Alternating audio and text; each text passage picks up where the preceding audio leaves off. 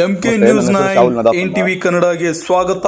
ನಾನು ಮಹೇಶ್ ಪಾಟೀಲ್. ಹುಕ್ಕೇರಿಯಿಂದ ರೆಫರ್ ಮಾಡಿ ಹಾಸ್ಪಿಟಲ್ ಇಂದ ರೆಫರ್ ಮಾಡಿ ಡಾಕ್ಟರ್ ನರ್ಸನ್ ಅವ್ರ ಟೀಮ್ ಅವರು ರೆಫರ್ ಮಾಡ್ಕೊಂಡು ಎಲ್ಲಿಗೆ ಶಿಫ್ಟ್ ಮಾಡ್ಕೊಂಡ್ರೆ ಅವ್ರು ಇವಾಗ ಬೆಡ್ ಇಲ್ಲ, ಹಾರ್ಟ್ ಪ್ರಾಬ್ಲಮ್ ಬೆಡ್ ಇಲ್ಲ. ICU ಅಲ್ಲಿ ನಮ್ಮ ಹುಡುಗರು ಹೋಗಿ ಚೆಕ್ ಮಾಡಿದ್ರು, 4 ಬೆಡ್ ಅವೈಲೇಬಲ್ ಇದೆ.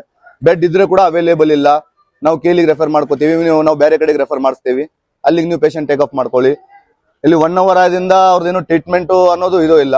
ಒಂದು ಟ್ಯಾಬ್ಲೆಟ್ ಮಾಡಿದ್ದಾರೆ, ಒಂದು ಸಿರಿಂಜ್ ಮಾಡಿದ್ದಾರೆ. ಅದ್ರ ಮುಂಚೆ ಮತ್ತೇನು ಮಾಡ್ಕೊಂಡಿಲ್ಲ ಇವರು. ಇಂಜೆಕ್ಷನ್ ಓನ್ಲಿ 1 ಟ್ಯಾಬ್ಲೆಟ್ಸ್ ಕೊಟ್ಟಿದ್ದಾರೆ. ಪೇಷಂಟ್ಗೆ ಅದು ಯಾವುದೇ ರೀತಿಯಿಂದ ಟ್ರೀಟ್ಮೆಂಟ್ ನೋಡ್ತಾ ಇಲ್ಲ. ಬೇರೆ ಪೇಷಂಟ್ ತ್ರಾಸ್ ಮಾಡ್ಕೊಂಡು ಆ ಪೇಷಂಟ್ ತ್ರಾಸ್ ಮಾಡ್ಕೋತಾ ಇದ್ರೆ ಇವಾಗ ನಾನು ಹಾಸ್ಪಿಟಲ್ ಇವ್ರು ಮಾತಾಡಿದ್ರೆ ನೀವು ಹೋಗಿ ಡೈರೆಕ್ಟರ್ ಮಾತಾಡ್ಕೊಳ್ಳಿ.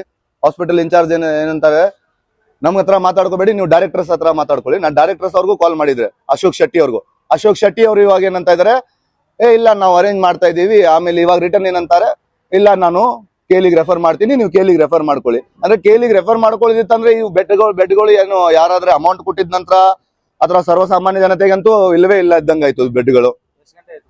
ಇವಾಗ ಸುಮಾರು 1:15 ಇಲ್ಲಿ ಹಾಸ್ಪಿಟಲ್ ಪೇಷಂಟ್ ಟಚ್ ಇದೆ.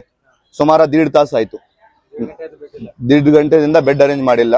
ಪೇಷಂಟ್ಗೆ ಯಾವುದೇ ರೀತಿಯ ಟ್ರೀಟ್ಮೆಂಟ್ ಕೊಡ್ತಾ ಇಲ್ಲ. ನಾರ್ಮಲ್ ಒಂದು ಟ್ಯಾಬ್ಲೆಟ್ಸ್ ಆಂಟಿಬಯೋಟಿಕ್ ಕೊಟ್ಟಿದ್ದಾರೆ ಮಾತ್ರ. ಅದರಿಂದ